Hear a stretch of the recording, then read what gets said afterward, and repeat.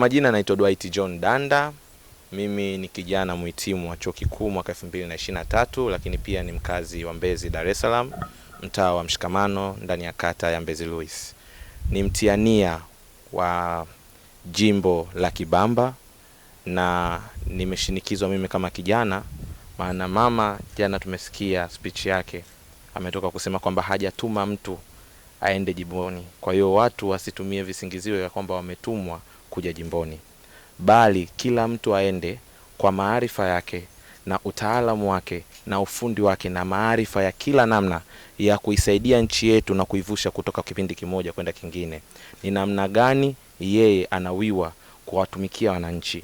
Na hivyo, na ndio maana nimekuja katika nyakati za mwisho kuchukua fomu hii, kwa sababu nina mapenzi ya dhati na mtaa wangu, nina mapenzi ya dhati na wilaya yangu, na nina mapenzi ya dhati zaidi kwa jimbo langu la Kibamba.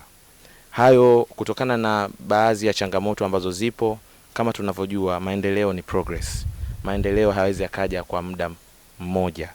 Na ndio maana hata ukiangalia nchi za wenzetu katika kila kipindi cha miaka 100 huaga wana calculate ile progress ndani ya specific period of time. Kwa hiyo hata mimi naamini kwamba viongozi waliopita wamefanya vema kwa nafasi yao na kwa uwezo wao.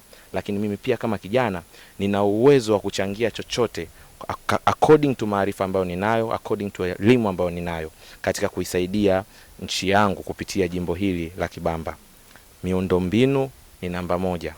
Ninatamani sana kuona jimbo letu linaongoza kwa miundombinu bora na miundombinu ambayo imesimama katika viwango vya hali ya juu.